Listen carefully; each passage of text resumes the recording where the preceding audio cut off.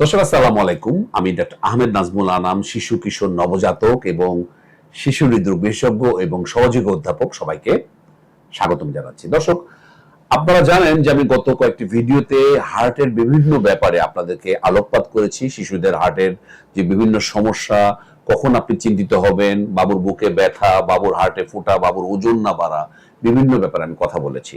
তো আমরা এই সিরিজের শেষের দিকে চলে এসেছি। আজকে আমরা জানবো যে অনেক সময় আমরা হার্টের যে চিকিৎসা দেই, ওষুধ দেই বা এই ক্লোজারের কথা বলি, বন্ধ করার কথা বলি, কখন কোনটা দেওয়া হবে বা কখন আমরা ওষুধ দেবো, কখন আমরা অপারেশনের কথা বলবো। সুতরাং এই ব্যাপারটা আজকে আমি মনে করছি খুব ইম্পর্টেন্ট ব্যাপার। তারপরে প্রায় সময় দেখেন আমরা বাবুদের ফ্লুল্যাক বা এই ধরনের একটা ওষুধ আমরা দিই, ফ্রুসিন সিরাপ বা ফ্লুল্যাক ট্যাবলেট দিই। এটা যাদের বাবুরা হার্টের প্রবলেম আছে অথবা যারা অনেকে জানেন যে আমরা যখন রক্তচাপ বেশি থাকে বাবুর ফুসফুসে, তখন আমরা বিভিন্ন ওষুধ দিই। তার মধ্যে ফ্লুল্যাক খুব কমন একটি ওষুধ। তাহলে এখন আমাদের কাছে মা বাবারা বলেন, স্যার এই ফুটা কি ওষুধ খেয়ে বন্ধ হবে কিনা। আজকে আমি আপনাদের একটা ভুল ভাঙাতে চাই। এই ওষুধের সাথে কিন্তু ফুটার কোনো সম্পর্ক নাই। এই ফুটা যদি বন্ধ হয়, এটা রাব্বুল আলামিন উনি বন্ধ করবেন, বন্ধ হলে উনি করবেন, না হলে উনি করবেন। তাহলে ওষুধ কেন খাওয়াবো আমি? ওষুধ কেন খাওয়ানো হচ্ছে? আপনার বাবুর জানি কমপ্লিকেশন না হয়, বাবুর জানি হার্ট ফেল না হয়ে যায়, বাবুর জানি ফুসফুসে রক্তচাপ না বেড়ে যায়, বাবুর জানি অযাচিত ভাবে নিউমোনিয়া না হয়, এগুলোকে ঠেকিয়ে রাখার জন্য। সাধারণত ফুটা ছোট হলে, বাবু যদি বারবার নিউমোনিয়া না হয়, বাবু যদি ওজন বাড়ে, তাহলে দেখা যাচ্ছে ওষুধেই সে নিয়ন্ত্রণে থাকে। কিন্তু দেখা যাচ্ছে বাবুর ওজনই বাড়ছে না, যে কথাটা আমি বারবার বলি, ওজন না বাড়লে দেখতে হবে হার্টে কোনো সমস্যা আছে কিনা। বাবুর বারবার ঠান্ডা কাশি লাগছে, বাবুর নিউমোনিয়া হয়ে বারবার ভর্তি হতে হচ্ছে, তাহলে বুঝতে হবে যে এই ওষুধ খেয়েও কোনো লাভ হচ্ছে না, আপনাকে অপারেশনে যেতে হবে। এখন এই অপারেশন দুই ধরনের আছে, যেটা সহজভাবে যদি বলি আমরা, যেটা একটা বলি বোতাম পরানো, যেটা আপনারা বোঝেন, আমরা বলি ডিভাইস ক্লোজার। আর একটা হচ্ছে ওপেন হার্ট সার্জারি। তার মধ্যে আমরা যেটা করি, আমি বা আমার যে টিম করি, আমরা কয়েকটা রোগের আমরা বোতাম পরাই। তার মধ্যে পিডি একটা যে ব্যাপার আছে, এই পিডি এটা কিন্তু খুব সহজেই বোতাম পরানো সম্ভব। এটা আমাদের দেশে হর হামেশা হচ্ছে। আমরা বলি 5 মাস বা 5 কেজি হলেই আমরা বলি পিডি, এটাকে ডিভাইস বা বোতাম পরিয়ে বিনা অপারেশনে, বুক না ফেরে, আমরা বলবো বুকে কোন রকম কাটাছেটা না করে, আমরা অ্যানজিওগ্রামের নাম তো আপনারা শুনেছেন, বড়দের জন্য হার্টের রিং পরায় অ্যানজিওগ্রাম করে, তেমনি আমরাও বাবুদের অ্যানজিওগ্রাম করি, কিন্তু আমরা বাবুদের ব্লক না সারিয়ে আমরা ফুটা বন্ধ করি। আমরা একটা যন্ত্র, একটা ছাতার মতো যন্ত্র, ওই ছাতাটার দামই মনে করেন 90,000 থেকে 1,10,000। তাহলে একটা ডিভাইসের দামই এত, এছাড়া তো আদার্স খরচ আছেই।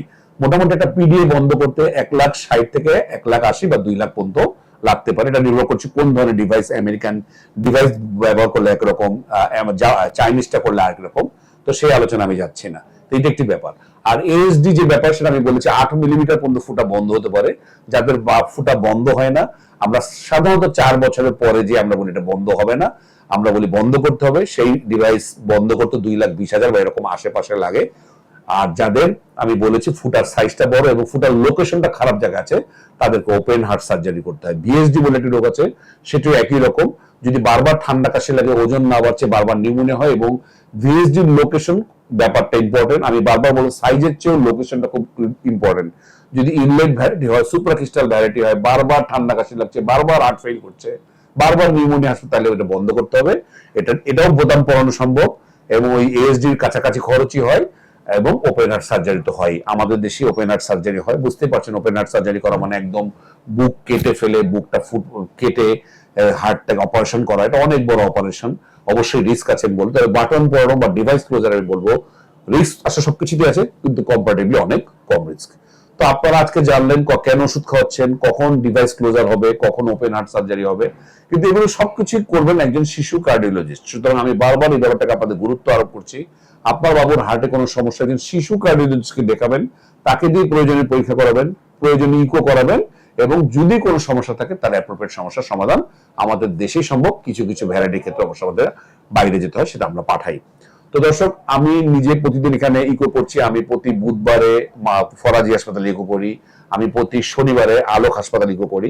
আপনার যদি কারো প্রয়োজন হয়, আমার এখানে দুপুরবেলা 1টার সময় যে হাজির থাকবে, আমি তার ইকো করবো, কোনো সিরিয়ালের প্রয়োজন হবে না। হার্ট নিয়ে আসলে আমরা অনেক কথা বলেছি। আমি আশা করছি আপনাদের প্রতিটা ভিডিও যদি পুরোপুরি আপনারা দেখেন, মোটামুটি একটা ধারণা আপনার বাবুর হয়ে যাবে যে কখন আপনি উদ্বিগ্ন হবেন, কখন একজন শিশু কার্ডিওলজিস্টের কাছে আপনাকে যেতে হবে। এবং যদি কোনো ধরনের পরীক্ষা নিরীক্ষা করতে হয়, তার মধ্যে ইকো একটা মূল পরীক্ষা। আর যদি যেটা বললাম অপারেশন লাগে, কখন অপারেশন লাগবে, কখন ওষুধ লাগবে, আর কখন বাটন পরাতে হবে, আপনার ডাক্তারই বলে দেবে।